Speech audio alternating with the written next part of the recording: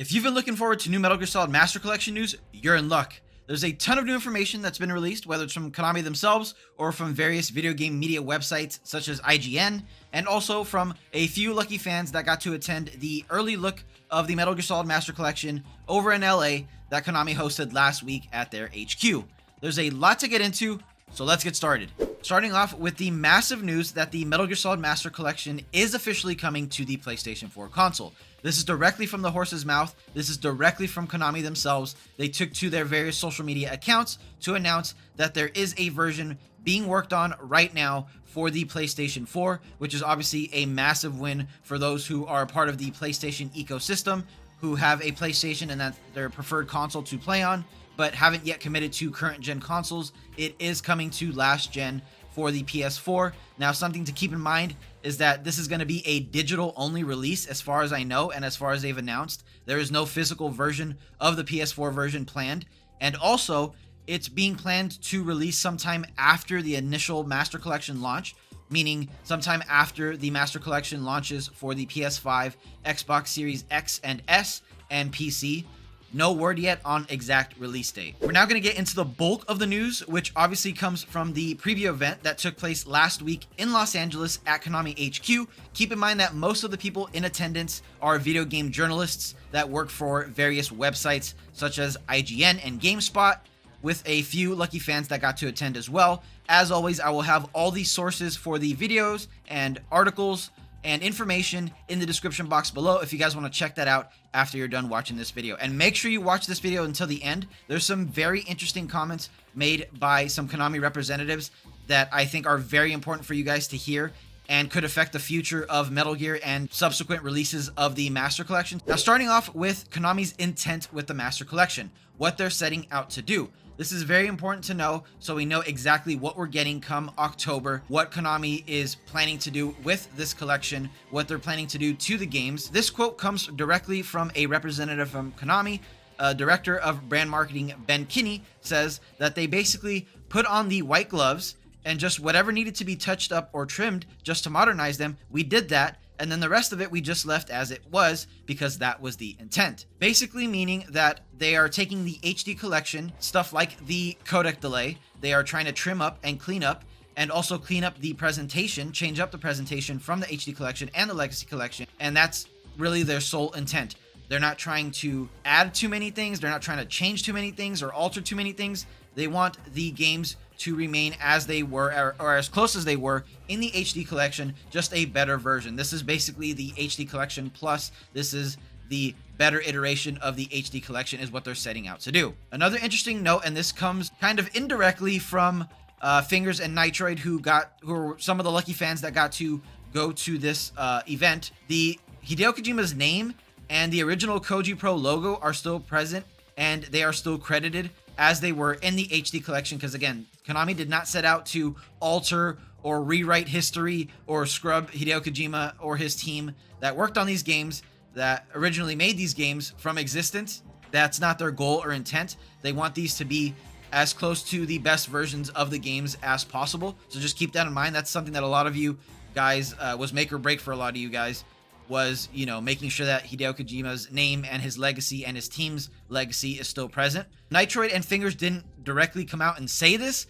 but they insinuated in their video, which again is going to be linked below in the description box. Make sure you guys give them a watch, the entire video, and make sure you tell them that I sent you. There's a lot of good information there coming from two hardcore fans, not video game journalists. There's just two hardcore fans that absolutely love the series. So if you're going to watch one video on this Master Collection, apart from mine, obviously, make sure you watch theirs. Moving on now to the actual presentation of the Master Collection. So as you can see from these screenshots that are provided from IGN and their video and their preview write-up on their website, which again, I'll be linking below, you can see that it is very different and very sleek looking compared to the HD collection or the Legacy collection. Each game has its own menu with a bunch of different options. You have the digital master book, you have the scenario books where you have all the codec calls, the original script, and we'll get into that in a bit.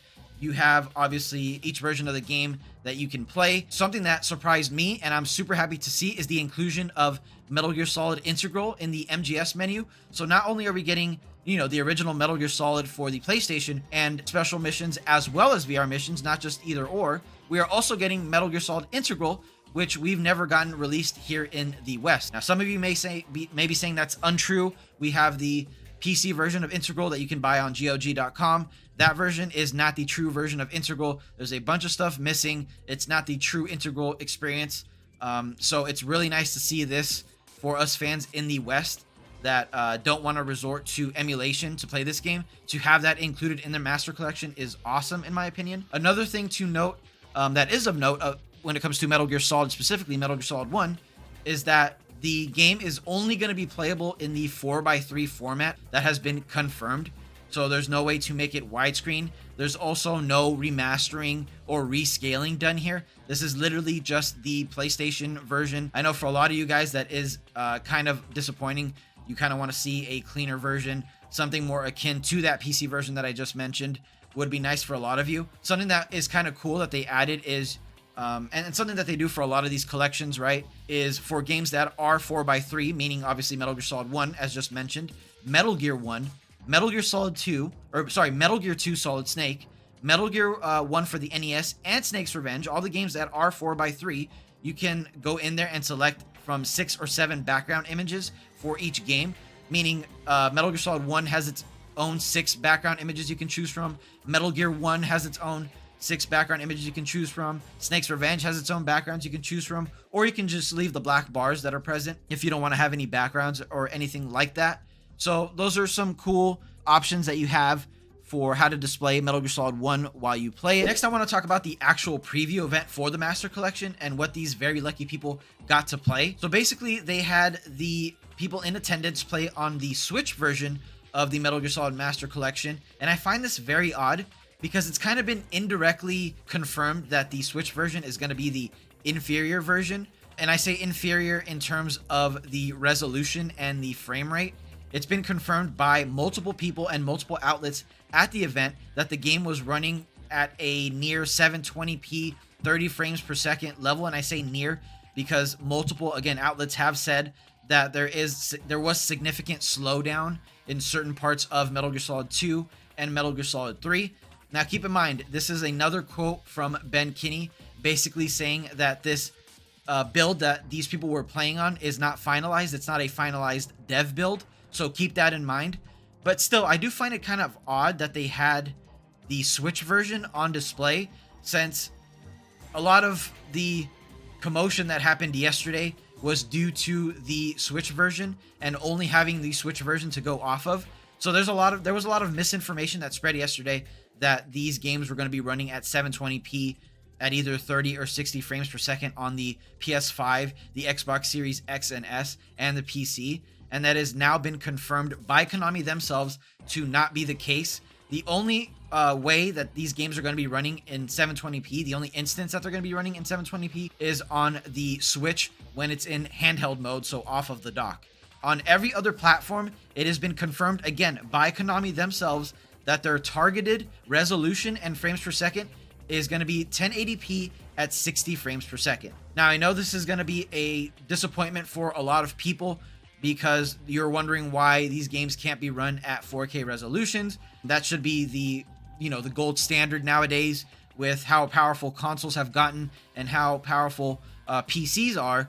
It should be expected that we get a 4K remastering of these games. I kind of agree with that, and I can see that why that is the common train of thought. However, with some of these old games, there sometimes is a direct correlation and tie between the frame rate and the game's engine, and going above the intended frame rate or going above the frame rate that the engine can handle can have certain negative, effects and break the games in ways that, you're not really intending to. And this is evident by if you do it on an emulator, sometimes things clip, sometimes there isn't collision, or there is collision where there shouldn't be. There's all sorts of things that happen when you mess around with frame rates and older engines. So keep that in mind. I do think it's kind of weird that they can't get this game, like something like MGS2, running at the very least 720, 60 frames per second on the Switch, even when it's handheld mode, when that was possible back on the PS2. But again, I'm not a video game developer. I don't know what goes into this stuff, and maybe they're still working on that, because again, what these people got to play was not a final build, so please keep that in mind. They're still actively working on the Master Collection for all platforms. So if you've heard out there that the games are going to be running 720p 30 frames per second or 60 frames per second on the PS5, that is complete and blatant misinformation and rushing to put out content to get clicks and early eyes on that content. It has just been something that's been perpetuated by various outlets that I've seen now, and it's always smart to wait for official confirmation of something. So just keep that in mind. I now very quickly want to go over a couple of things that have to do with controllers, controller layouts, and keyboard and mouse support for PC in particular. If you guys remember when the Master Collection first was announced, Konami came out and flat out said that the Steam version of these games would not have any sort of keyboard or mouse support whatsoever, that you needed a gamepad to play them. Well, they've since rescinded that statement and are actually listening and hoping to implement keyboard and mouse support for these games in a variety of ways. This information comes from PCGamesN.com, an article by Dave Irwin that was published 1 day ago as of the making of this video, states that he spoke to a representative at the event that said that they are hoping to implement either keyboard or keyboard and mouse support for each of these games. Now, what that means is for something such as the MSX and NES games, as stated here, they will only receive keyboard support, meaning your mouse will do absolutely nothing while you play those games. Something like Metal Gear Solid 2, on the other hand, will primarily get keyboard controls, but it will also have some mouse support. And Metal Gear Solid 3 is the only game in the entire collection that will have both keyboard and mouse support. This is very good news, as the article states as well, for those that are choosing the Steam games as their primary way of playing these games in the Master Collection, and that play on PC primarily with keyboard and mouse controls. So there you guys have it. There is an official confirmation from Konami themselves that these games will have keyboard and mouse support to a certain extent. Moving on now to the actual controller layouts for each of these games on a gamepad. Fingers and Nitroid were nice enough to take quick little snaps of each of the layouts for the controllers for each of these games. So thank you guys so much for providing that information for us. I'll leave them up on screen. As you can see, it's for each of the games. MGS1, MGS2, MGS3, as well as the 2D games are included in there. So you guys can take a quick look at the early controller layouts, which may change, you never know. It does seem like the controller layouts are going to be very similar to the controller layout scheme that they had for the Xbox 360 version of the HD collection specifically. So for those of you guys who have played the HD collection, who have played MGS2 and MGS3 on that collection, on the 360 in particular, the controls, once you get your hand on the Master Collection, should feel very familiar to you. So just a couple of quick things that have to do with the controller layouts, and we are very lucky that Konami is actually listening to us and including keyboard and mouse support for those that want to play on the PC. And finally, guys, these are just little interesting tidbits and information that I mostly garnered from Nitroid and Fingers' video, which again is in the description box below. These are things that stood out to me that I found really cool, and they make me really hyped up, even more hyped up for this collection.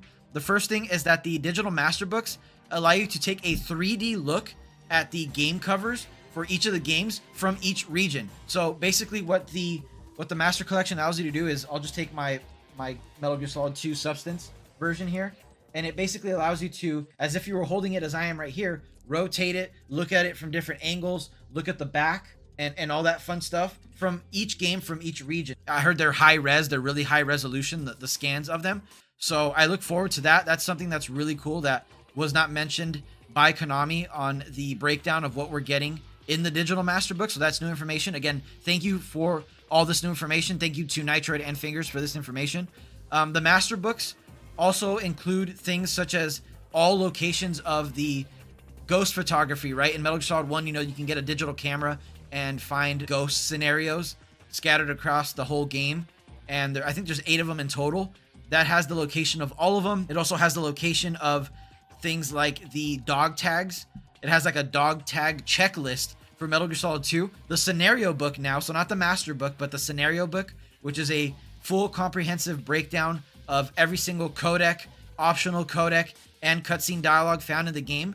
It's not only that was already cool enough, right?